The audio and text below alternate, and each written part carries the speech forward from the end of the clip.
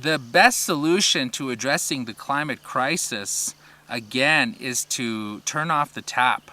You know, a lot of people, when they hear Kyoto Protocol, they think, oh, the Kyoto Protocol, that big multilateral environmental agreement.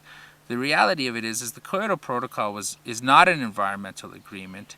It is a trade regime. You know, it's an economic compact between nations that decided to get together and profit from climate change. Okay, and what it does essentially, and you know, it's ironic actually that Al Gore is traveling around the world and and getting all this hype around climate change and that, because you know when they created the Kyoto Protocol during the Clinton administration, I mean, and it says it right there in the literature. You just have to go back and read it. The Kyoto Protocol was designed to buy more time for industrialized nations to transition away from the fossil fuel economy. And so a lot of folks and a lot of the propaganda tends to steer folks into thinking that this represents more of the solution than it actually does.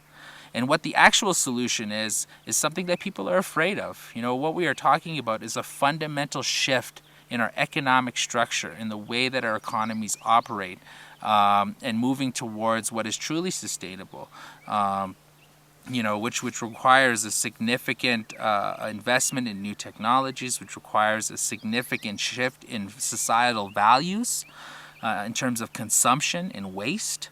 Here in North America, the biggest growing industry is the waste industry, which is psychotic if you think about it in this time of ecological destruction.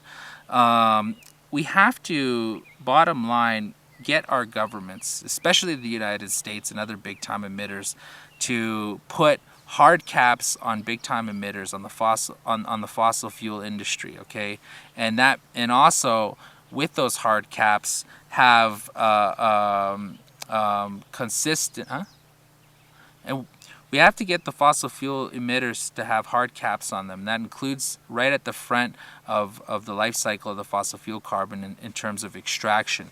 We also have to have every few years those caps to be increased. In other words, the amount that these fossil fuel industries are allowed to emit be lessened, okay, until we finally get to the point, over a relatively short amount of time, where they're just not able to exist at all. I mean, because the era of the fossil fuel regime is over, and we have got to move to a zero carbon economy.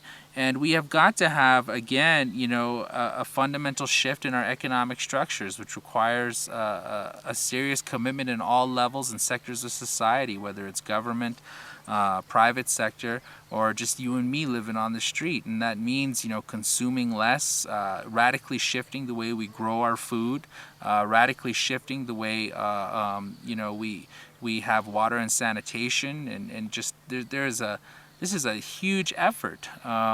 But, unfortunately, we don't have a lot of time left. I mean, the leading NASA scientist, one of the leading NASA scientists is saying that we've got 10 years before we start seeing the greatest impacts of climate change begin to come upon us. So we're already locked into a certain degree of chaos attached to this climate crisis.